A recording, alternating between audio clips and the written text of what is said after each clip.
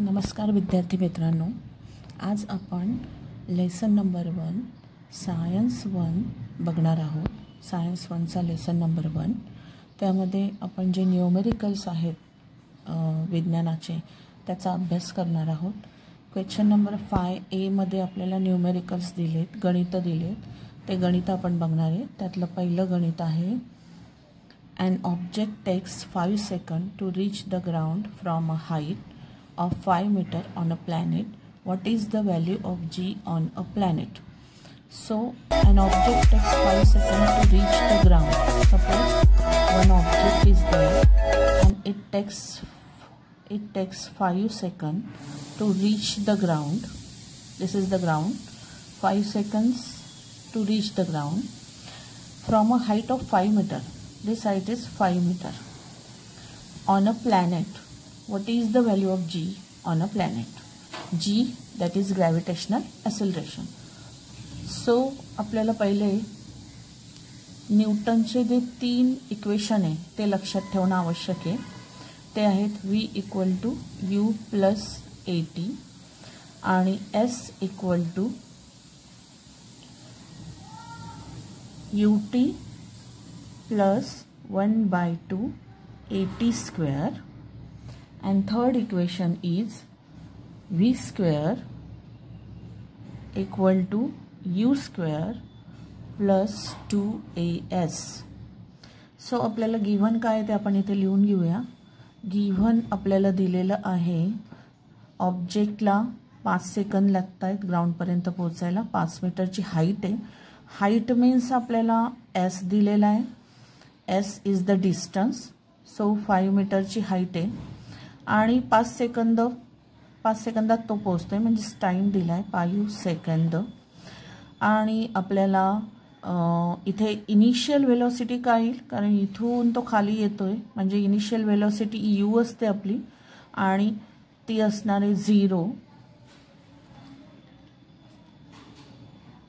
0 metre per second. आणि आपल्याला g ची व्हॅल्यू काढायची आहे की ग्रॅव्हिटेशनल ॲसिलरेशन किती असणार आहे, g = हाऊ मच. मग आपण इथे काय करणार आहे, तर इथे तीन जे इक्वेशन आहे त्यांचा विचार करणार आहोत. तर पहिलं इक्वेशन v = u + at आहे. मग इथे u तर आपल्याला माहिती आहे पण g नाही माहिती आहे, बरोबर. आणि v सुद्धा माहिती नाही म्हणून हे इक्वेशन आपण घेणार नाही. सेकंड इक्वेशन आहे s = ut plus 1/2 at. इथे u आपल्याला माहिती आहे, t माहिती आहे, g आपल्याला काढायचा आहे, s सुद्धा माहिती आहे. म्हणजे ह्या इक्वेशनमध्ये ते परफेक्ट बसणार म्हणून आपण त्या सेकंड इक्वेशनचा उपयोग करणार, न्यूटन्सच्या सेकंड इक्वेशनचा. तर सेकंड इक्वेशन आहे s = ut plus 1/2 at square. Okay. आता ह्या इक्वेशनमध्ये आपण व्हॅल्यू टाकूया. s ची व्हॅल्यू आहे 5 मीटर मीन्स 5 मीटर उंचीवरून तो पडतोय. आणि u ची व्हॅल्यू आहे 0 इंटू t ची व्हॅल्यू आहे 5 सेकंद प्लस 1/2. इथे हा a जो आहे तो अर्थनुसार आपण घेणार, कारण अर्थनुसार किंवा प्लॅनेटनुसार जर आपण म्हटलं तर आपण ग्रॅव्हिटेशनल ॲसिलरेशन घेतो. ॲसिलरेशन नाही घेत, a नाही घेत आपण, तर आपण g घेतो. सो आपण इथे g लिहिणार आणि इंटू टी स्क्वेअर आहे. टी स्क्वेअर मीन्स टी ची व्हॅल्यू आहे 5चा स्क्वेअर. ओके. इथपर्यंत आल्यानंतर आपण हे सम सॉल्व करणार आहे. बघा बरं. 5 = 0 इंटू 5 इज 0 1/2 इंटू g आपल्याला जो काढायचा आहे आणि 5 स्क्वेअर इज 25. आता इथे 5 = 1/2 इंटू g इंटू 25 असं आपल्याला मिळालं आहे. g ची व्हॅल्यू आपल्याला फाइंड आउट करायची आहे. तर इथे हा जो 25 आणि 1/2 आहे या बाजूला आणूया आपण. सो 2 हा डिनॉमिनेटरमध्ये छेदस्थानी, तो इकडे आल्यावर मल्टिप्लाय होईल. 25 इथे न्यूमरेटरमध्ये आहे म्हणजेच अंशस्थानी आहे, तो इथे आल्यावर डिनॉमिनेटरमध्ये जाईल, छेदस्थानी जाईल आणि =g. ओके. सो आपण डिवाइड करूया.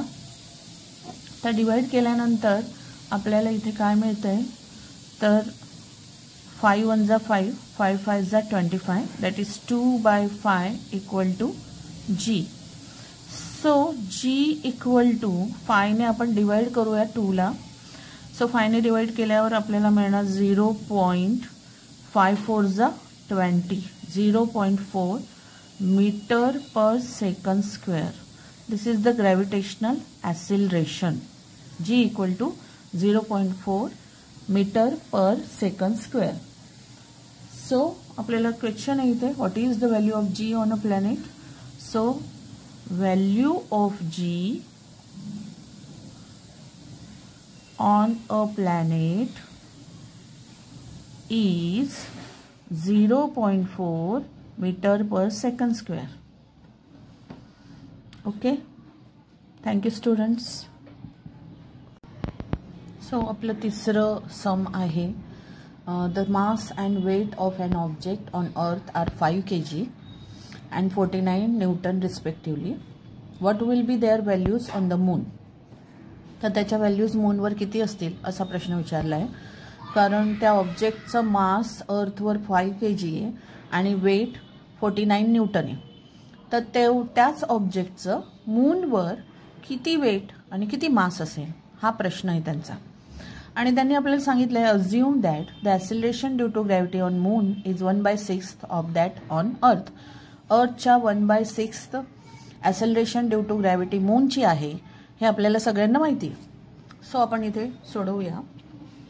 तर आपल्याला गिव्हन काय ते आपण पहिले लिहून घेऊया. गिव्हन तर आपल्याला मास आणि वेट दिलं आहे ऑब्जेक्टचं अर्थवरचं, म्हणून मी इथे लिहून घेते mass of the object on earth.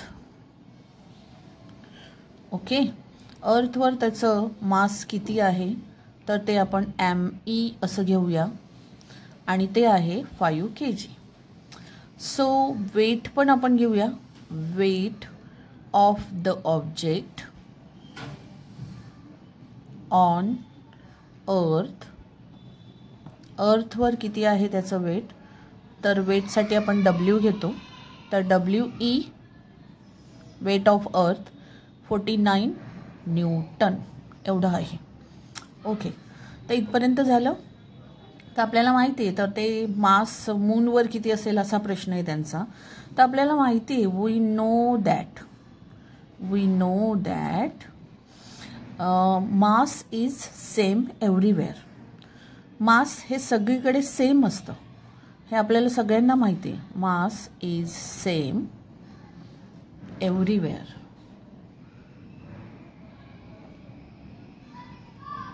Okay, याचा अर्थ काय होतो की ते मास अर्थवर जितकं असेल तितकंच ते मूनवर पण असणार आहे. म्हणजे मी इथे लिहून घेते, therefore mass of the object on earth equal to mass of the object on moon. Okay, means ME equal to MM. Therefore mass of the object on moon is how much? That is 5 kg. कारण तेच अर्थवर पण आहे आणि तेच मूनवर पण आहे. Okay, so आपल्याला एक मिळालं. आता आपलं बाकी राहिलं आहे ते वेट किती आहे मूनवर. तर त्यासाठी आपल्याला इथे दिलंय acceleration due to gravity of moon is 1/6 of that on earth. मग ॲसिलरेशन ड्यू टू ग्रॅव्हिटी म्हणजे ॲसिलरेशन ऑफ अर्थ आपण जर घेतलं, ॲसिलरेशन ऑफ अर्थ ते मी घेते GE. आपल्याला माहिती G त्याच्यासाठी आहे. आणि acceleration of moon GM. Okay, तर आपल्याला दिलं आहे किती येते, acceleration due to gravity on the moon is 1/6 of that on earth. म्हणजे मूनवर असलेलं ॲसिलरेशन ऑफ ग्रॅव्हिटी हे अर्थच्या 1/6 आहे. म्हणून GM इक्वल टू 1/6 G. पुढे जाऊया आपण. पुढे आपल्याला काय करावं लागणार आहे, तो आपल्याला वेट काढायचं आहे. तर वेटसाठी आपल्याला फॉर्म्युला माहिती आहे. W equal to mg. W weight, m mass, g gravitational acceleration. Okay, so आपण ते प्रथम अर्थच्या स्वरूपात घेऊया. म्हणजे अर्थवर त्याचं वेट, मास तर सगळीकडे सेम असतं म्हणून त्याला आपण ई किंवा एम लिहिणार नाही आहे. M into GE. सो आपल्याला WE माहिती आहे बघा, इथे लिहिलं आहे आपण. Weight of the object on earth 49, that is 49. Mass पण माहिती आहे. Mass of the object that is 5 into G. So GE म्हणजेच ग्रॅव्हिटेशनल ॲसिलरेशन अर्थवरचं आपल्याला मिळणार इथे. तर ते किती? तर GE इक्वल टू 49/5. याला आपण 1 नंबर देऊया, 1 इक्वेशन. मग आपल्याला आता मूनचं काढायचं आहे. So WM equal to M into GM. So WM आपल्याला फाइंड आउट करायचं आहे. M आपल्याला माहिती आहे की तो 5 kg आहे. आणि GM म्हणजे moon, gravitational acceleration on moon. तर ते आपण ऑलरेडी इथे घेतलं आहे बघा. GM equal to 1/6 GE. याला ॲक्च्युअली आपण 1 इक्वेशन नाव देऊ शकतो आणि याला सेकंड म्हणू शकतो आपण. सो 1 नुसार आपण इथे घेऊया. GMची व्हॅल्यू किती? 1/6 GE. 1/6 into GE. सॉरी, इथे 9 लिहिला गेला माझ्याकडनं. 1/6 इंटू GE. Therefore GE आपल्याला माहिती, GEची व्हॅल्यू 49/5. हे आपण फ्रॉम 1 लिहिलं असं लिहूया, from equation 1. So WM equal to 5 into 1/6 into GEची व्हॅल्यू आहे 49/5. ती आपण इथे लिहूया 49/5. इथे मी लिहिते फ्रॉम 2. ओके, सो 5 1 जा 5. आपल्याला इथे मिळतात 49/6. 49/6. 5 1 जा 5. सो 49/6 आपण डिवाइड करूया. तर 6 8 जा 48 होतात. 1 रिमाइंडर येतो. आपण 0 घेतला, पॉइंट घेतला, 0 घेतला, 10 आले. 6 1 जा 6, 4 उरले 40. 6 6 जा 36 आले. 36 परत 4 उरत आहेत. म्हणजे 6चं रिपिटेशन होतं इथे, बरोबर. मग तेच आपण कसं लिहू शकतो? 8.17. जेव्हा हा 5 पेक्षा बिग येतात, 5 किंवा 5 पेक्षा बिग येतो त्याच्यात, तेव्हा इथे पुढच्या नंबरमध्ये आपण 1 प्लस करतो. म्हणजे 8.17 न्यूटन एवढं वेट त्याचं असेल मूनवर. ओके, त्या ऑब्जेक्टचं मास तर मूनवर 5 kgच असणार आहे, पण त्याचं वेट त्या मूनवर असणार आहे 8.17 न्यूटन. Thank you students. व्हिडिओ आवडला असेल तर लाईक, शेअर, सबस्क्राईब करा आणि कमेंट करा. जर पुढचे अजून तुम्हाला न्यूमेरिकल सॉल्व करून पाहिजे असतील तर मी तुम्हाला पुढचे न्यूमेरिकल्स पण सॉल्व करून देईल. Okay, thank you.